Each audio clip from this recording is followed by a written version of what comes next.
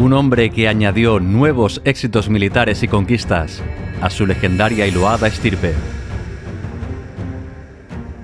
Desafió las leyes de Roma para demostrar que él era el elegido, el más capacitado para terminar de una vez por todas con el poder de Cartago. 2 veces cónsul, también acabó con la defensa de los irreductibles numantinos. Un personaje clave para entender el periodo de la Roma republicana. Hoy, en Biografías Cruciales, hablamos de Publio Cornelio Escipión Emiliano, que merecidamente se ganó los agnómens de africano menor y numantino.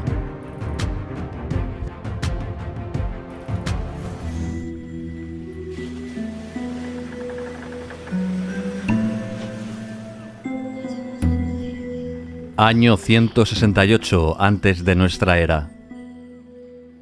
Nos encontramos a las puertas de una batalla decisiva entre Roma y Macedonia, la tierra que menos de 2 siglos atrás fue la patria del mítico conquistador Alejandro Magno. El terco rey Perseo se encuentra acuartelado en los alrededores de Pydna, una de las ciudades macedónicas más importantes. Allí está atrincherado todo el grueso del ejército rebelde. No están dispuestos a someterse a los deseos de la pujante y arrogante República Romana. Enfrente tenemos a 2 fantásticas legiones, con sus alas de socios itálicos y auxiliares. Un muchacho de 17 años se encuentra inmerso en la que es su primera aventura militar. Él es uno de los hijos del cónsul Lucio Emilio Paulo, la máxima autoridad militar en esta campaña. Pero el joven patricio romano no es beneficiario de ningún privilegio. Ni él los quiere, ni su padre biológico está dispuesto a otorgárselos. No se sabe a ciencia cierta, pero nuestro protagonista por aquel entonces tenía el honor de llamarse igual que su padre, Lucio Emilio Paulo, ya que aún no había sido adoptado por la familia de los Escipiones. Luego pasaremos a este hecho. Sea como fuere, la batalla de Pydna, magistralmente comandada por Lucio Emilio Paulo padre, fue todo un éxito para los intereses romanos. Tras la contienda, el cónsul está satisfecho. La victoria es total, pero hay un problema. Nadie encuentra a su hijo de tan solo 17 años. El historiador Plutarco nos relata este acontecimiento. Durante toda la noche, los legionarios buscaron al joven hijo del cónsul. No aparecía entre los escasos caídos por parte romana. Lucio Emilio se desespera. No lo encuentran por ningún lado. ¿Habrá sido emboscado por algún grupúsculo macedónico? La desolación es total.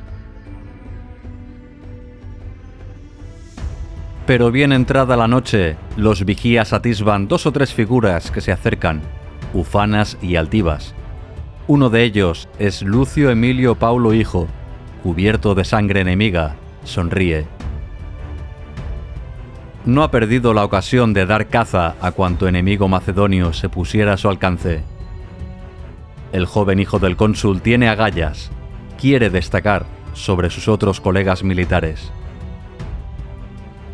Después de la importante victoria romana, Lucio Emilio Paulo padre fue nombrado procónsul en la región de Macedonia.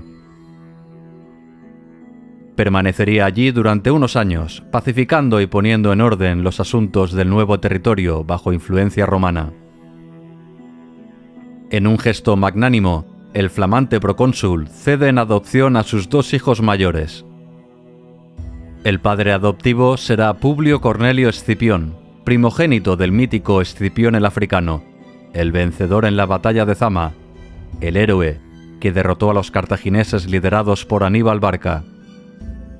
El célebre Marco Tulio Cicerón posteriormente apuntó el posible motivo de la adopción a causa de la mala salud del vástago de Escipión Africano, así como la no descendencia por parte de su hermano Lucio, un patricio con unos hábitos de vida un tanto disolutos. Así pues, tenemos a un jovencísimo proyecto de prohombre romano con nuevo nombre: Publio Cornelio Escipión Emiliano, el resultado de la unión de dos casas aliadas desde mucho tiempo atrás, la gens Emilia y la gens Cornelia.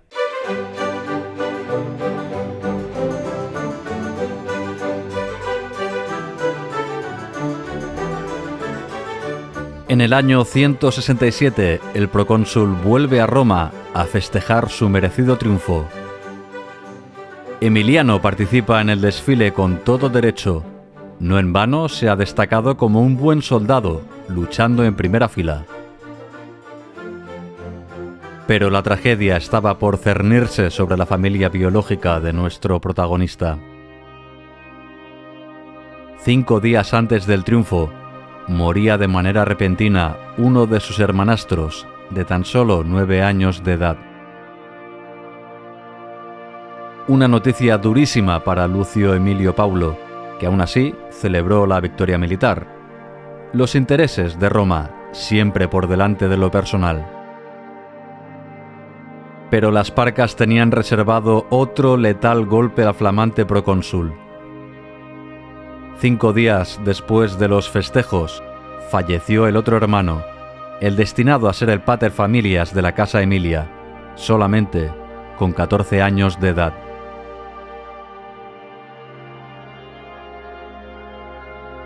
Estos trágicos sucesos supusieron la extinción de la gens Emilia, ya que el procónsul no engendró más descendencia. Pero Escipión Emiliano, resignado, aceptó su destino.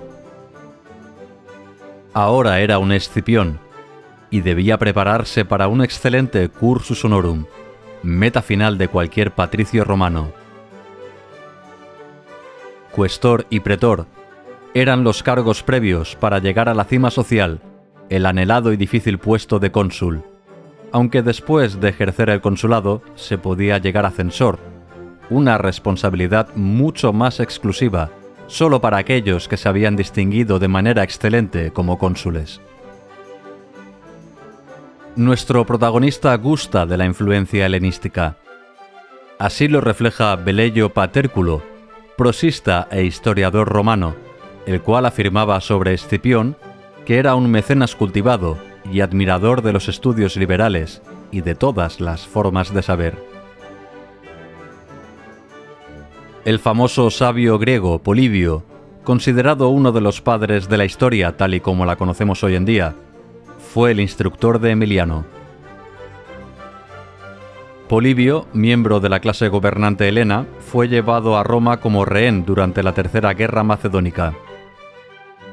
Fue Emilio Paulo, padre de nuestro protagonista, quien lo acogió como tutor e instructor de su hijo natural, manteniendo una estrecha relación que se prolongaría durante más de 40 años. Escipión Emiliano continuó formándose, tanto en lo intelectual como en lo marcial, sin perder nunca de vista su cursus honorum. Su círculo de amistades se reducía a un pequeño grupo de personas. Polibio, como no, una fuente inagotable de saber, amén de su propio hermano Quinto Fabio Máximo Emiliano, adoptado este por la gens Fabia. Y cosas del destino. Su más leal compañero, una íntima amistad forjada por los insondables designios del azar, un tal Cayo Lelio, hijo del legendario también llamado Cayo Lelio, que fue la mano derecha y confidente de Publio Cornelio Escipión Africano. Llegando ya a los 30 años, era momento del matrimonio, requisito imprescindible para asegurar la descendencia, así como proyectar una imagen social adecuada. La Lex Bilia Annalis, aprobada en el 180, era una ley estricta en lo referente a los tempos y edades mínimas para acceder a los cargos públicos. Como requisito indispensable, se debía haber cumplido 10 años de servicio militar para acceder al cargo de pretor, el primer escalafón del cursus honorum. Para este primer puesto, se requería haber cumplido 39 años de edad. No es de extrañar, por tanto, que muchos personajes importantes de esta época republicana comenzaran su verdadera proyección personal cuando rondaban los 40 o incluso 50 años de edad. Pero volvamos al tema sentimental. Sempronia fue la candidata ideal para desposarse con nuestro protagonista. Hija del célebre ya fallecido Tiberio Sempronio Graco y Cornelia, una de las hijas de Escipión el Africano. Esta, sin duda, resultaba una excelente unión, conveniente para todas las partes, menos en lo referente al aspecto sentimental de los futuros marido y mujer. Las crónicas dicen que fue un desdichado matrimonio. La joven Sempronia no era ni mucho menos del agrado de Emiliano, que aceptó el matrimonio más en aras de lo político que de lo amoroso, hecho muy habitual en aquella época. En el 151, cuando nuestro protagonista, ya casado, cuenta con 34 años de edad, necesita ampliar su currículum militar. Quizá Hispania, ese territorio que tantos quebraderos de cabeza está dando a Roma, sea una buena oportunidad.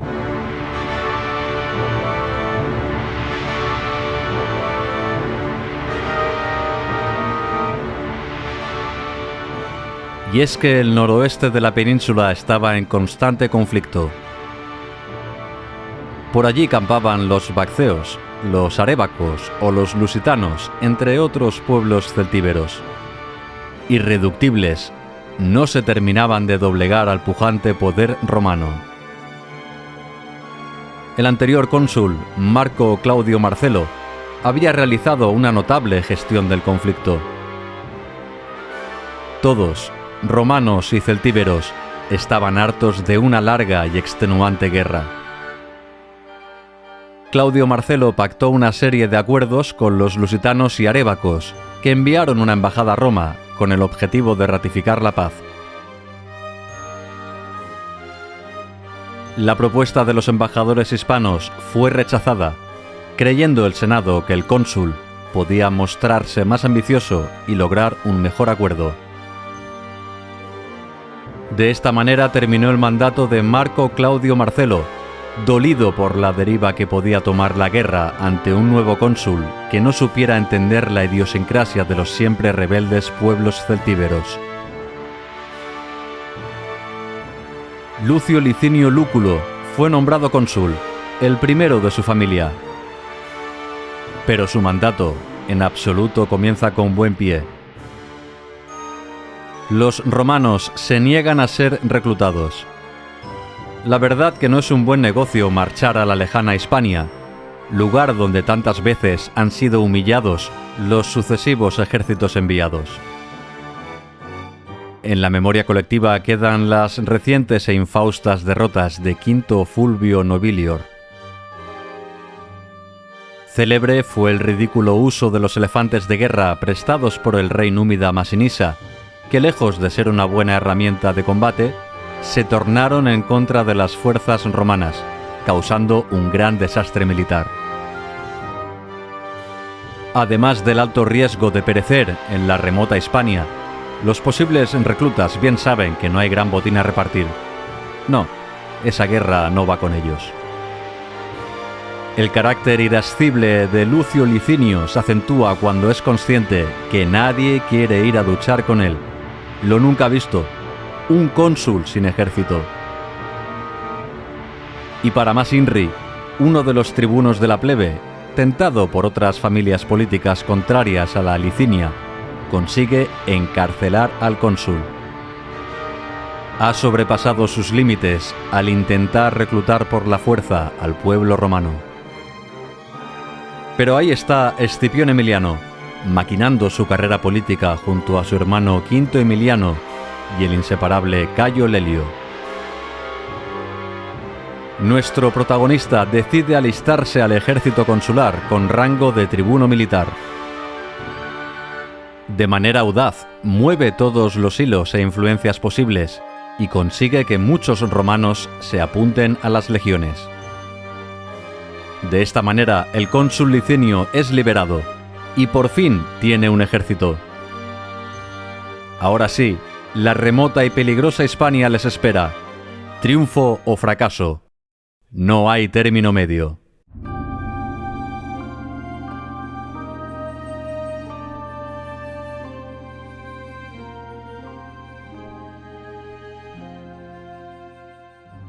En el 151 antes de nuestra era, desembarca en la península todo el contingente romano. El cónsul Lucio Licinio tiene prisa. Debe conseguir éxitos militares en menos de un año, antes que se acabe su mandato. Pero tiene un problema. Se encuentra un escenario de relativa paz, promovida por su antecesor Marco Claudio Marcelo. Pero si no hay casus belli, simplemente se inventa. Esta fue la funesta política del nuevo cónsul, que sin autorización del Senado atacó a los vacceos, alegando una inexistente ofensiva hacia los carpetanos, aliados de Roma en aquel momento. Todo esto sucedió en Cauca, en la actual provincia de Segovia. Los aguerridos celtíberos se replegaron tras sus murallas y asestaron mortales golpes a los legionarios romanos, que día tras día veían mermar sus fuerzas. Aun y las pequeñas victorias, los vacceos en absoluto querían continuar enemistados con Roma. No sabían cuál era el motivo por el cual eran otra vez molestados. El cónsul pactó un nuevo tratado de paz, 100 talentos de plata, rehenes y la entrada de 2000 romanos en la villa, a efecto de asegurar la rendición y vasallaje hacia Roma. Los celtíberos aceptaron. Dejaron entrar a las tropas, que una vez dentro de la ciudad, después de la señal acordada, arrasaron con todo.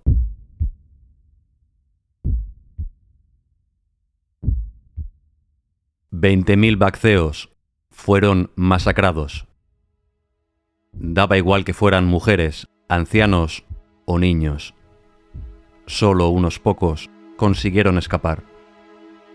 La ignominia y la vergüenza cubrían al cónsul Licinio, que mancillaba de esta manera tan cruel la sagrada palabra de Roma. Escipión Emiliano se revolvía. Esta no era en absoluto la manera de guerrear, pero muy a su pesar debía obedecer. Tan solo era un tribuno militar. Pero la codicia del cónsul no conocía límites. Necesitaba triunfos y riquezas, sobre todo esto último, puesto que en Cauca no se hallaron los supuestos magníficos tesoros citados por sus espías. El siguiente destino fue Intercatia, otro de los asentamientos clave de los vacceos. Allí les esperaban 20.000 soldados y 2.000 jinetes, enterados ya de la injusta e infausta masacre de Cauca. El cónsul puso sitio a la bien defendida ciudad celtíbera, un cerco que se prolongó por 2 meses. Escipión Emiliano, sabedor que las repugnantes acciones de su máximo jefe militar llegarían a oídos de toda Roma, tenía que ganarse la gloria y la fama de otra manera. No quería haber manchado su hasta entonces excelente currículum militar, asociándose a las viles maniobras de Lucio Licinio Lúculo. Y desde luego que lo consiguió. Venció en un duelo singular a uno de los caudillos celtíberos. Esta fantástica victoria acrecentó la admiración de toda la tropa hacia Escipión Emiliano. Y por si fuera poco, nuestro protagonista también obtuvo una corona mural, uno de los máximos honores para un legionario romano, que se conseguía gracias a ser el primer soldado en coronar las murallas enemigas durante un ataque. La reputación de Escipión Emiliano crecía a pasos agigantados, no solo entre sus compañeros legionarios, sino en la mismísima Roma. Quinto Fabio Máximo y Cayo Lelio hábilmente se encargaron de propagar en todos los foros de la ciudad eterna las heroicidades de su buen amigo en aquella desdichada campaña hispana. Muchos lo empezaban a considerar ya una posible encarnación del mítico Publio Cornelio Escipión africano. Aun y las gestas de nuestro protagonista, los irreductibles bacceos no cedieron, y finalmente el cónsul fue obligado a firmar un vergonzoso tratado de paz, consistente en rehenes y ganado. Allí tampoco había oro ni plata.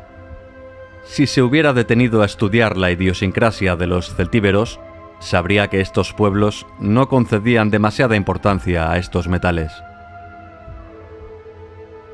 La paz, eso sí, fue firmada con el consentimiento de Escipión Emiliano, que figuraba como valedor del tratado.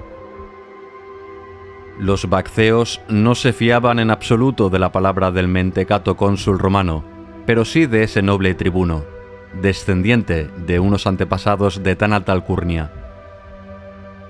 Por este motivo, precisamente, nuestro protagonista fue destinado a otro lugar, lejos de aquella inútil y deshonrosa campaña hispana. Escipión fue llamado como embajador al reino de Numidia, con el objetivo de conseguir temibles elefantes de guerra. Nuestro protagonista marchaba hacia el norte de África.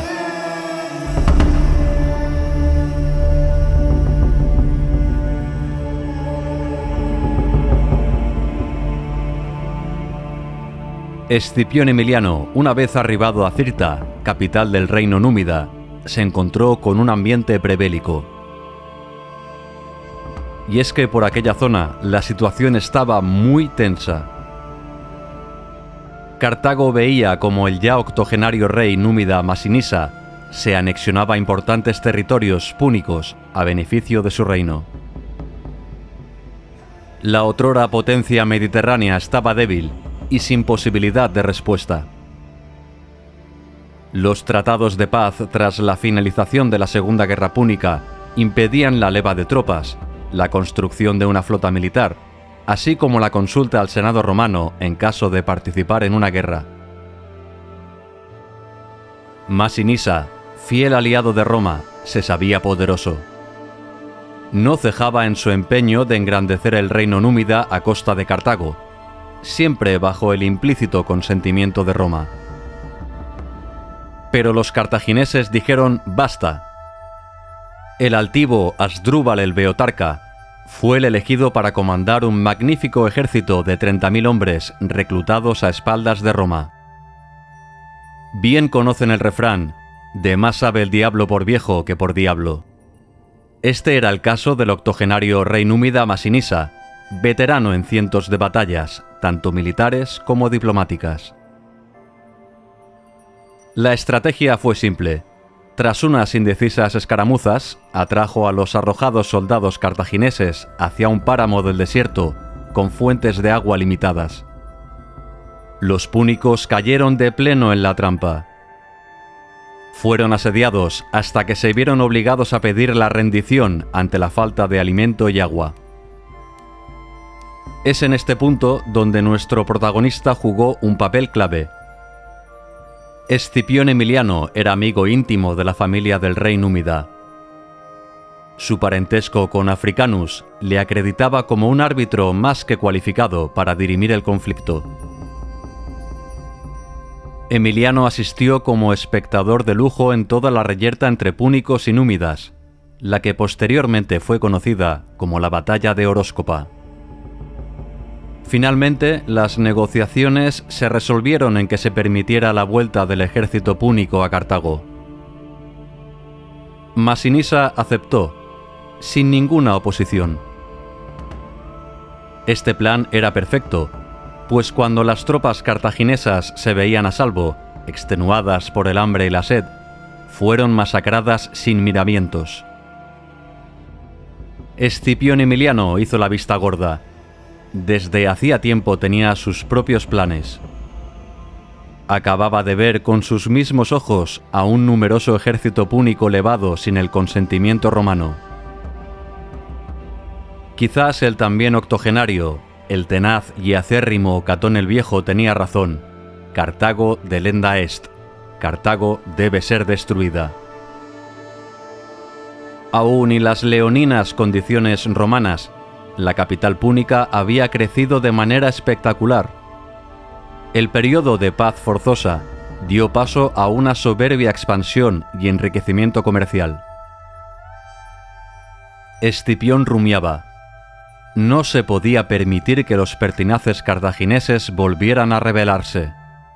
Había que actuar, terminar definitivamente lo empezado por su abuelo adoptivo, el legendario Publio Cornelio Escipión Africano. ¿Y quién mejor?, se preguntaba Emiliano, que un propio Escipión para realizar esta tarea. Está a punto de estallar la Tercera Guerra Púnica.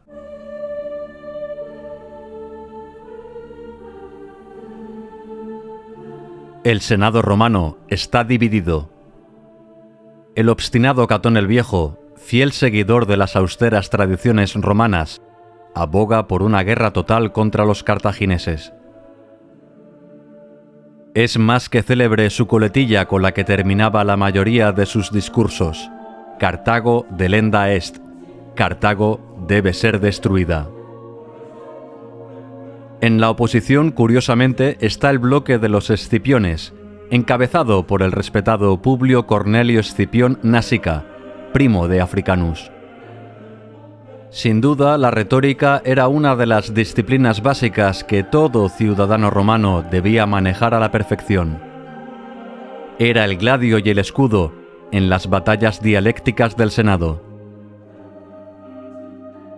Nasica perdía apoyos en su propuesta pacífica y contraatacó con un argumento demoledor para con su adversario Catón. Sin Cartago, ese ancestral enemigo de Roma, la República no tendría un contrapeso económico y militar, y sus ciudadanos caerían en la molicie, una de las habituales quejas de Catón el Viejo sobre la acomodada sociedad romana. Pero el informe de Escipión Emiliano fue demoledor. En efecto, los púnicos se estaban rearmando. No se podía consentir. El Senado romano declaró la guerra a Cartago. Nuestro protagonista, una vez completada la misión de llevar elefantes a Hispania, volvió inmediatamente a Roma. Por nada del mundo se perdería la decisiva nueva guerra con Cartago, aunque debido a la restrictiva Lex Bilia Annalis no podía optar a ser elegido como cónsul, ni tan siquiera pretor, pues tan solo tenía 36 años. Emiliano no tuvo más remedio que repetir como tribuno militar, bajo las órdenes de los cónsules Lucio Marcio Censorino y Manio Manilio. Poca gente quería la guerra en Cartago, que se rindieron nada más conocer la declaración de guerra romana. Útica, una ciudad próxima a Cartago, envió una embajada al Senado romano ofreciendo su alianza con los hijos de Rómulo. Los romanos, sabedores de su posición ventajosa, pidieron 300 niños de las principales familias cartaginesas como rehenes, en anticipo a las siguientes demandas, que se realizarían cuando las fuerzas romanas desembarcaran en el norte de África. Mientras tanto, la facción más pactista dentro del gobierno púnico tomó el poder de la ciudad y, como gesto de buena fe, encarcelaron y condenaron a muerte a sus dos eminentes líderes militares, el acérrimo antirromano Asdrúbal el Beotarca y el excelente jefe de caballería Himilcón Fameas. El magnífico puerto de Útica sirvió como punto de partida para que desembarcaran las tropas romanas, unos 80.000 hombres. Los embajadores cartagineses fueron llamados a continuar las negociaciones en el campamento militar romano, con todos sus efectivos en perfecta formación. Ante tal poderío intimidante, los cartagineses aceptaron la primera propuesta romana: entregar toda la flota de guerra, así como las armas y armaduras, nada más y nada menos que 200.000 equipos individuales y 2.000 catapultas y balistas. Pero la soberbia romana no conocía límites. Los cartagineses, ya desarmados y sin un ejército regular ni navíos militares, rompieron las negociaciones a raíz de la segunda demanda. Los cónsules exigieron el desalojo de la colosal y centenaria Cartago y que sus habitantes fundasen desde cero una nueva ciudad a 15 kilómetros de distancia tierra adentro. Y por si esto fuera poco, los planes de Roma eran siniestros. Una vez desalojada la capital, la arrasarían hasta los cimientos. Esta insólita petición fue la gota que colmó el vaso de la paciencia púnica. Los valientes cartagineses decidieron resistir y enfrentar a los petulantes romanos. Sin armas y sin ejército, pero con todo el empeño, denuedo y arrojo para defender su patria.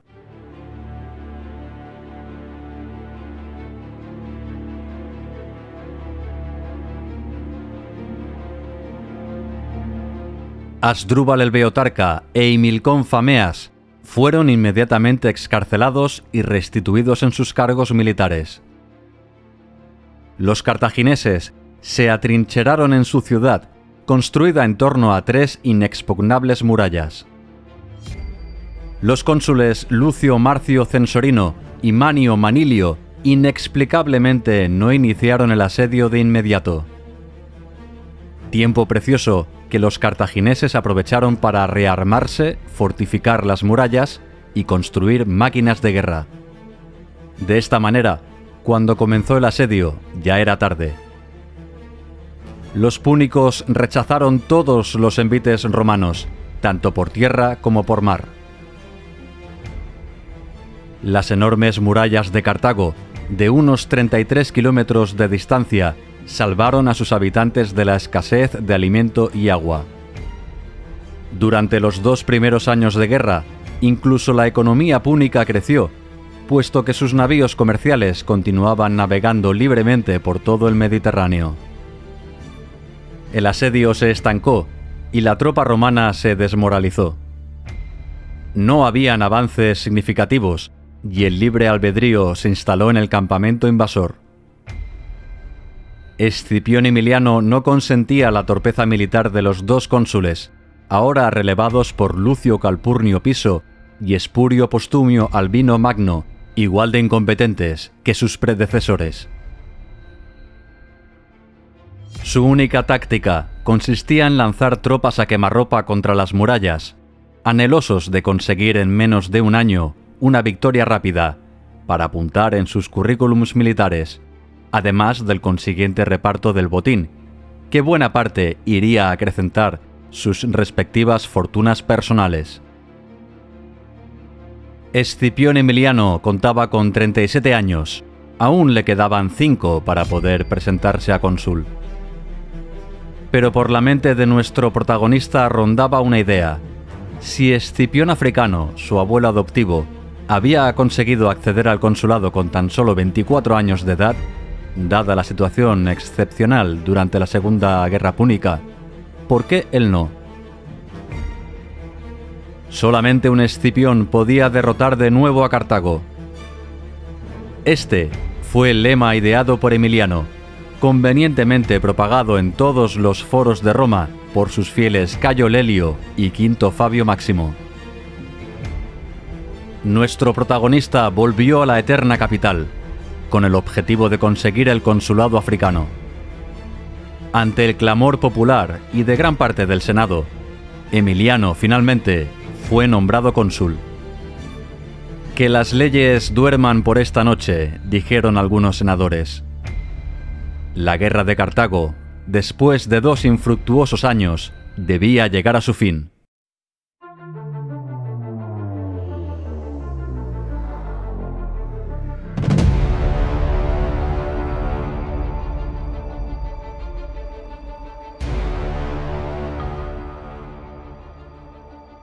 Publio Cornelio Escipión Emiliano partió de inmediato rumbo a Cartago, dispuesto, ahora sí, a comandar con mano de hierro las desidiosas y alicaídas tropas romanas.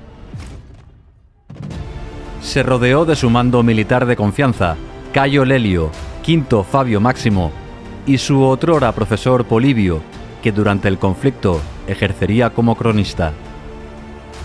Nuestro protagonista también tomó bajo su protección personal a su cuñado Tiberio Sempronio Graco, hermano de su esposa y personaje fundamental en el devenir futuro de la República Romana.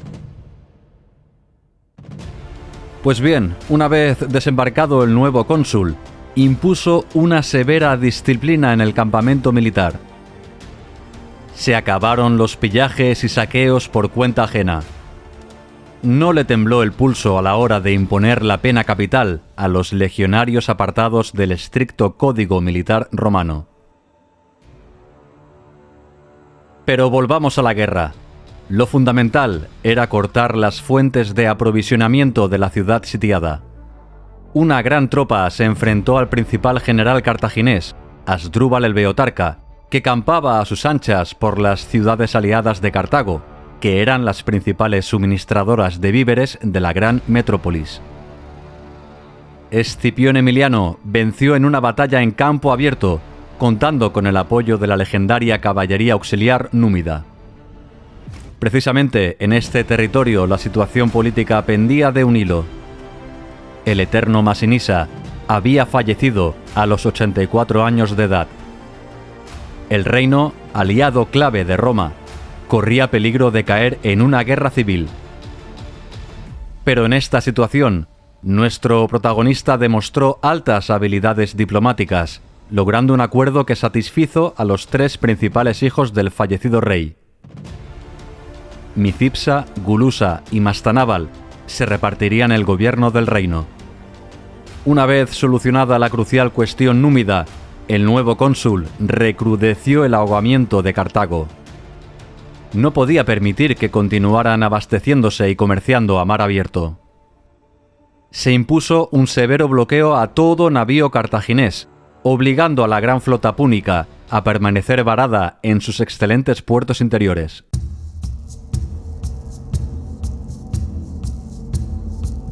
Cartago se moría de hambre.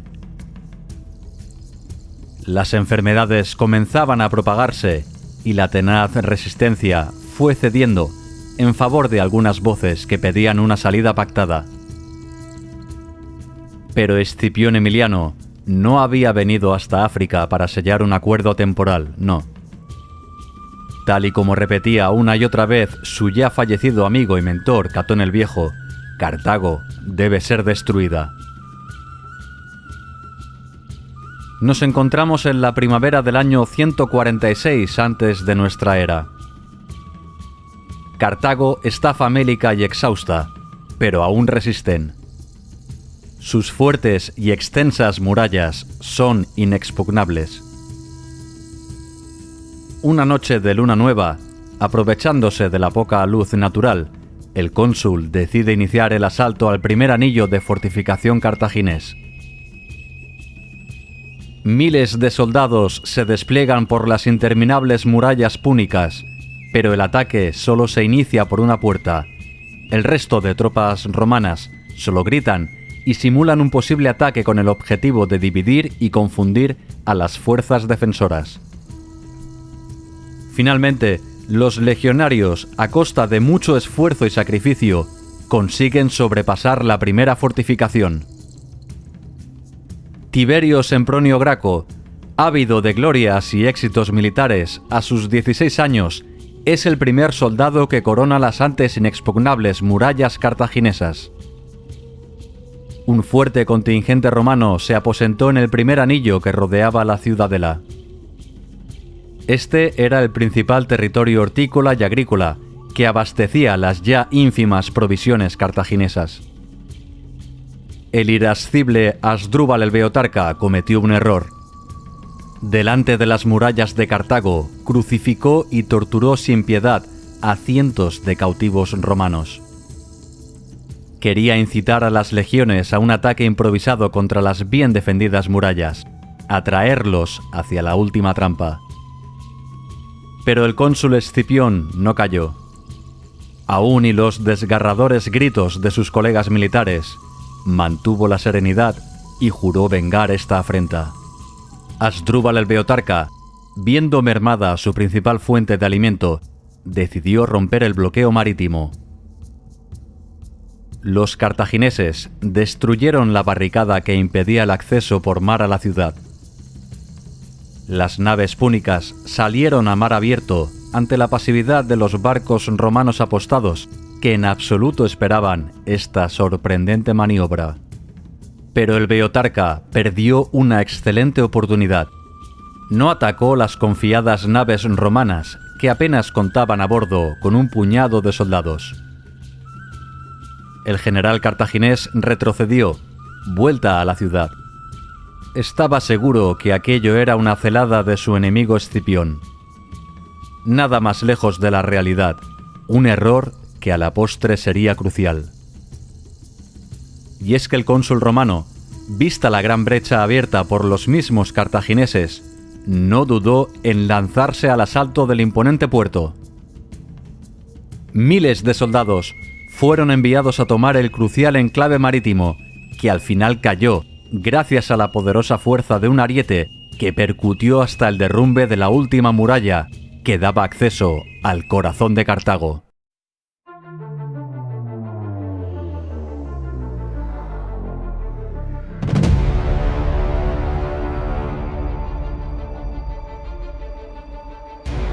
El asalto ya era una realidad. Las legiones romanas llegaron hasta la mismísima ágora de la capital cartaginesa. Los irreductibles ciudadanos, con su general Asdrúbal el Beotarca a la cabeza, se refugiaron en la ciudadela de Birsa, último bastión de la resistencia púnica. Escipión Emiliano tenía la victoria al alcance de su mano. Tan solo falta conquistar ese último reducto, pero no va a ser tarea fácil. El camino hasta la ciudadela es una populosa zona con edificios de hasta 5 plantas, con decenas de callejuelas que pueden ser una ratonera para las legiones romanas. Pero los cartagineses no se rinden.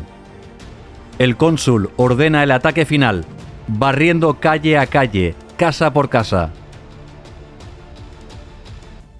6 días y 6 noches duró la pertinaz y heroica defensa cartaginesa, infligiendo incluso severas derrotas a las fuerzas ocupantes. Mujeres, niños y ancianos, todos luchaban palmo a palmo, emboscados detrás de una puerta o desde las terrazas, lanzando objetos contundentes a los romanos, que consideraban una pequeña victoria la toma de una simple vivienda. Pero aún y la heroica resistencia púnica, el avance ocupante era innegable. Los últimos 50.000 supervivientes se atrincheraron en el sagrado templo de Shmun, conscientes ya de su próximo fatal destino.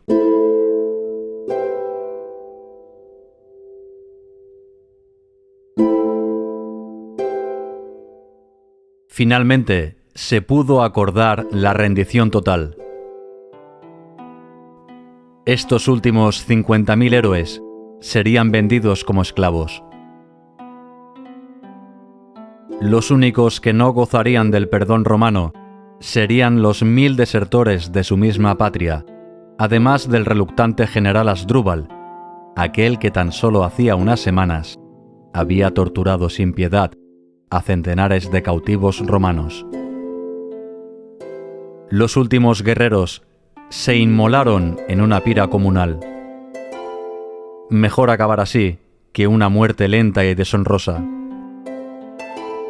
La esposa del general cartaginés hizo lo mismo ante la atenta mirada de su marido y de Escipión Emiliano, que tuvo que oír sus desgarradoras últimas palabras. Vosotros, que nos habéis destruido a fuego también seréis destruidos. El cónsul, sabedor de la profundidad de estas amenazantes palabras, lloró desconsoladamente. Polibio le preguntó la causa de su tristeza. La sincera respuesta fue esta: llegará un día en que Ilión, la ciudad santa, perecerá, en que perecerán Príamo y su pueblo, hábil en el manejo de la lanza. Temo que algún día alguien habrá de citar estos versos viendo arder Roma. Desde luego no le faltó razón a la desdichada mujer, pero eso sucedería muchos siglos después. Ningún imperio ni civilización es eterno. Una vez concluida con éxito la Tercera Guerra Púnica, faltaba decidir el destino de la colosal urbe conquistada. Literalmente no quedaba ni un cartaginés con vida. Los datos son aterradores. 450.000 caídos por parte púnica, amén de la esclavización de los últimos 50.000 irreductibles. Cartago era una ciudad fantasma. No había nadie que la habitara, tan solo las tropas romanas que saquearon cuanto pudieron. Una delegación romana llegó a la otrora imponente ciudad, aquella que tantos quebraderos de cabeza había dado a la incipiente república. Escipión Emiliano era partidario de conservarla. Aún se podría aprovechar gran parte de sus infraestructuras para los nuevos colonos que se asentaran bajo el beneplácito de Roma. Pero finalmente ganaron los partidarios de Catón el Viejo, el terco senador ya fallecido, que abogaba por la total destrucción de la antigua rival de Roma. Y así sucedió. El cónsul Escipión ordenó cumplir los deseos del Senado. Cartago fue arrasada. No quedó ni un edificio en pie. Misma suerte corrieron las ciudades aliadas de la antigua potencia púnica. El terror romano se expandió por todo el norte de África. Útica, que en su momento tomó partido por Roma, fue de las pocas ciudades que se salvaron, manteniendo su estado de territorio independiente, al igual que otras villas, que pasaron a depender de los fieles aliados númidas.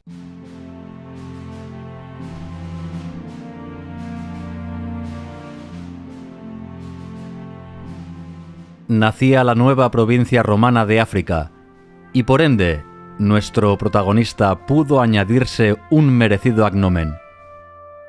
Publio Cornelio Escipión Emiliano Africano Menor, el cual recibió un triunfo a su llegada a Roma, además de la corona graminia, una rara condecoración reservada a aquellos generales que habían conseguido salvar un ejército entero. Para hacernos una idea de tan alta distinción, Escipión Emiliano fue el quinto ciudadano romano en toda su historia que tuvo el honor de portar semejante insignia. Pero las aventuras de nuestro protagonista no acaban aquí.